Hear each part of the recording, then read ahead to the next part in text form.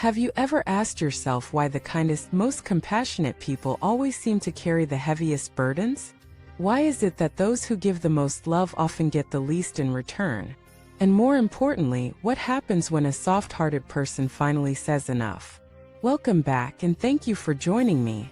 If you're someone who constantly puts others before yourself, someone who smiles even when you're breaking inside, someone who says I'm okay just to keep the peace, then this video is for you. Because today we're talking about the kind of suffering no one sees. The invisible exhaustion of always being the strong one. The quiet tears behind closed doors. The ache of carrying everyone else's emotions while hiding your own. But here's the truth you may have forgotten. Your softness is a gift, but it should never be a sentence. There comes a point in every soft-hearted person's life where they realize that love without limits becomes self-destruction. So let me ask you, when was the last time you made a decision just for you? Not for your partner, not for your kids, not for your job, not to avoid conflict, but for your peace? If you can't remember, you're not alone. Most soft-hearted people don't even realize how deeply they've abandoned themselves until they start to break. Let us walk through the story of someone just like that. There was once a woman named May. She was the peacemaker in her family, the fixer, the giver, the emotional anchor. From a young age, she took care of everyone's siblings, parents, co-workers, friends. Whenever someone needed something, she showed up. When someone was hurting, she listened. When there was a conflict, she played mediator. She rarely said no. She rarely asked for help. And when she did, she downplayed it. I'll be fine, don't worry. But inside, she was drowning. Because no one ever asked her if she was okay. They assumed she was strong. They assumed she could handle it.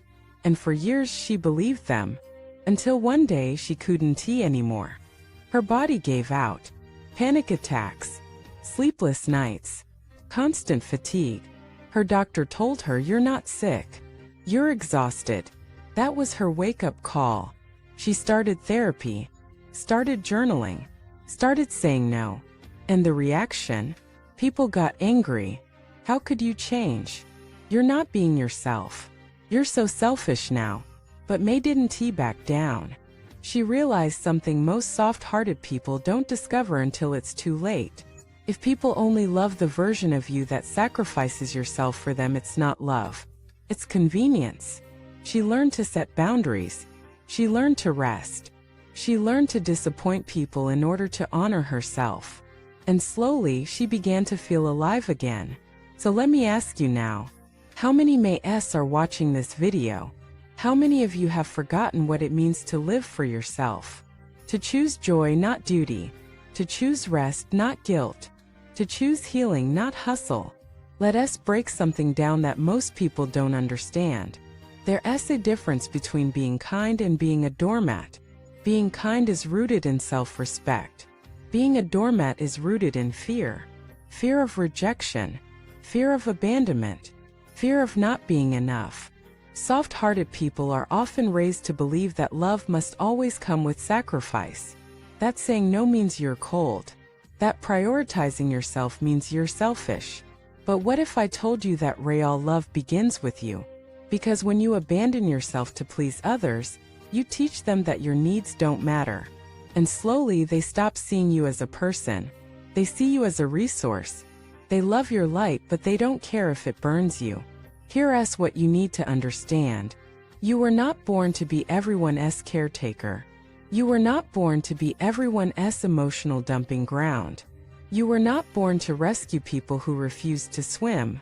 You were born with a soul, with dreams, with boundaries, with a voice. And it's time to use them. Start by checking in with yourself daily. Ask, what do I need today? What do I feel right now? What do I want to say but haven't? These questions are not indulgent. They're survival. Because no one can give from an empty cup. And no one deserves to keep pouring if no one is filling them back. There's a phrase I love. The softest hearts often carry the loudest scars. It's true. But it doesn't have to stay that way. You can choose a new story. One where your kindness is protected. one where your boundaries are respected, one where your love starts with you. It's not too late to rewrite your script. You don't have to harden to survive, you just have to prioritize. And the people who truly love you, they will adjust. They will respect your no. They will honor your growth. They will cheer you on as you reclaim your space. But those who punish you for choosing yourself, let them go. You don't owe your suffering to anyone. You owe your healing to yourself. So here's what I want you to do today. Say it with me. I am allowed to rest. I am allowed to say no. I am allowed to be loved, even when I'm not useful. I am allowed to take up space. Because you are not here to be consumed. You are here to live. If this message speaks to your soul, leave a comment below. Share your story. Let someone else know they're not alone. And if you haven't yet, please like this video, subscribe to the channel, and pass this message on to someone who needs to be reminded they are allowed to choose themselves. Thank you for watching this video.